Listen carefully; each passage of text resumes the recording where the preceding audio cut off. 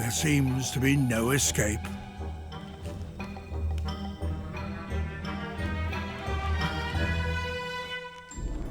But this mantis has a surprising line in self-defense.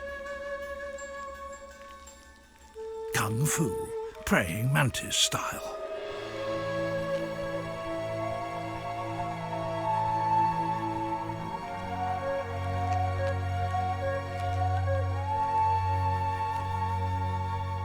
Of course, it's all bluff, trying to look bigger and confuse its enemy. But it's got away with it.